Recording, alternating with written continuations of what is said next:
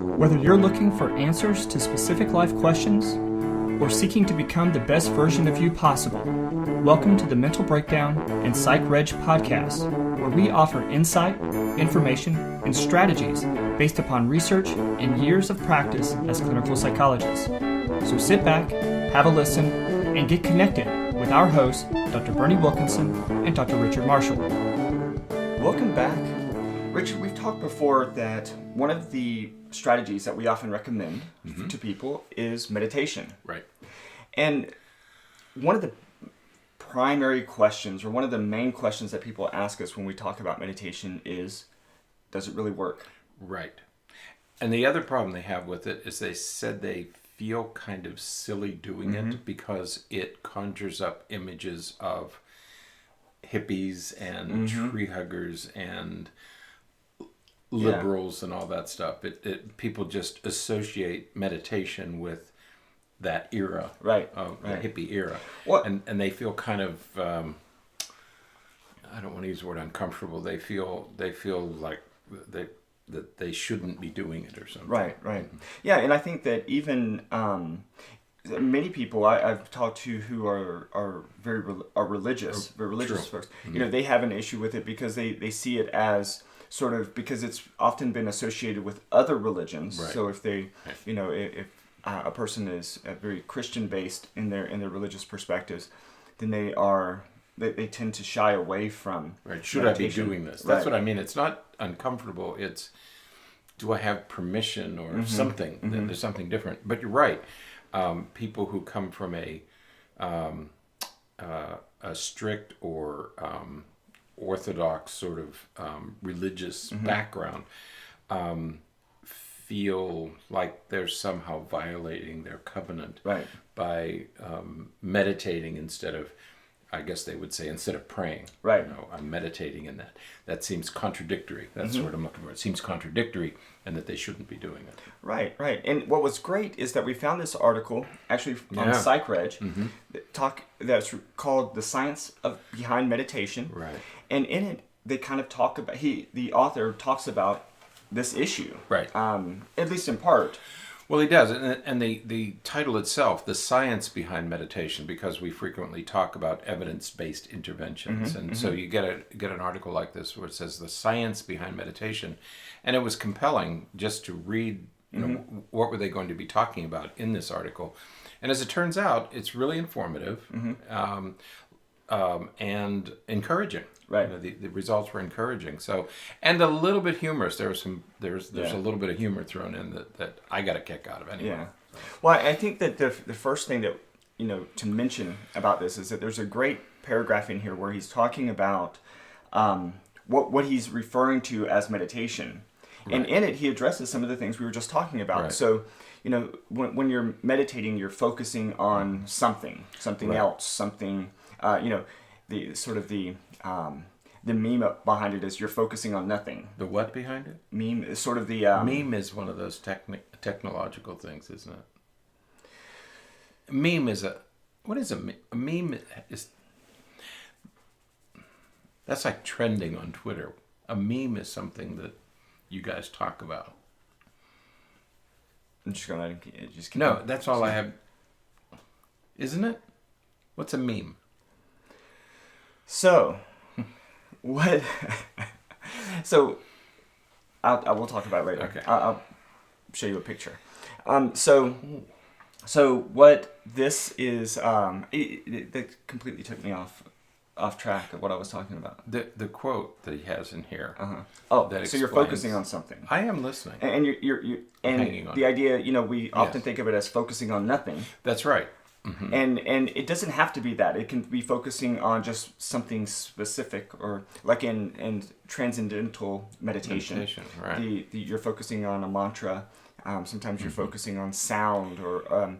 But he also mentions, with religious prayer. Many times focusing on a prayer is a form of meditation, or sort of has the same effects as meditation. Because in each of these cases, we're talking about replacing the racket in your brain with something else. Right. It doesn't have to be an image. It doesn't have to be a beach. It doesn't have to be imagery. It can be a mantra, a single word, a sound. Anything that will replace the racket will give your brain the opportunity to quiet. And that's what we're after here with meditation, is to quiet the noise. Right. So that's sort of the first basis now that I'm certainly going to start using. I know when I talk with my patients about meditation is it doesn't have to be hippie. It doesn't have to be, all those things that you were saying earlier. It doesn't have to be that way. It can really be anything, as you said, that quiets the racket. Right. Last week, I think it was last week or maybe the week before, we talked about replacement behavior. Where we say, well, if your child's doing this, have your child do the positive opposite. Right. Do something else, because if they're doing A, they can't do B. Correct. Well, this is the same thing, and we have no problem with that. This is the same thing in the mental domain. Right. Is that we're replacing this, we're replacing the racket, let's call it B, with something else we'll call A. So it is the mental analog of the replacement behavior. Right. And so with that as sort of the basis, in this column article, the author talks about some research that was published last year that shows the efficacy of specifically mindfulness-based cognitive therapy is what they refer to it. Right. But the research goes back to my generation. A long time ago. Before Berney. BB. Before Berney. Back in the 70s. Right. And it was done by a cardiologist, of all things. And what I like about this story is that he began in the 70s, this cardiologist named Benson, began this research in the 70s, working with his cardiology patients to get them to calm down. Well, he took a lot of heat from his colleagues because these were guys who were trained in the 40s, 50s, and 60s, have been through the wars and everything. And here's this guy coming along at the height of the hippie era. This is like Sergeant Pepper's, Lonely Heart. And here's this cardiologist who's supposed to just do science, who's now talking about meditation. And he almost lost his job because of it. He was at Harvard, and he almost lost his job, but he persevered. They referred to it as that crazy thing that he's doing. He persevered, did research, demonstrated its efficacy, and now it's become a routine part of cardiology care. Meditation has become. And I think that's such an important point, because what we oftentimes fail to recognize is that, in fact, many of these practices that we refer to, whether it's meditation or exercise or deep breathing or relaxation techniques, or a lot of these things are not just used when we're talking about anxiety and stress and depression and those mental health states. We're talking about same strategies are used for physical health things, whether it's managing your blood pressure, decreasing your heart rate, and slowing your breathing so that you have getting more oxygen to the brain and all those wonderful things as well. That's right. So it's not just beneficial for mental health purposes, it's also important for physical health purposes. Physical health, right. Yeah. And so when you reduce stress, you're reducing that stress hormone.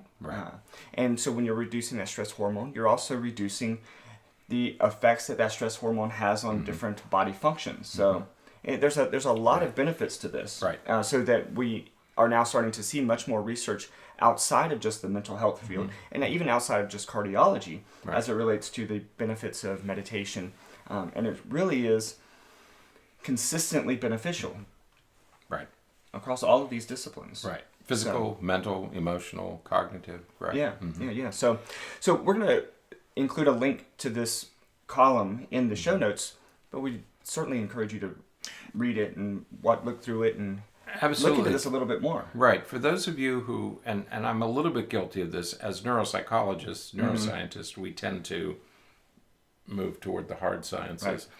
And this whole meditation thing has grown on us gradually as well. It wasn't something that we did naturally. That's right. So we've come to it more recently.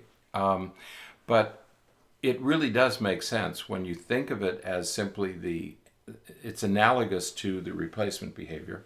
And what you're trying to do is quiet the brain and pull your whole, but you're right, in quieting the brain, you're quieting the body. Right. So you have not just the brain, but you have the heart and the lungs and breathing and cortisol production and fight or flight. All those things come into play when you learn how to meditate.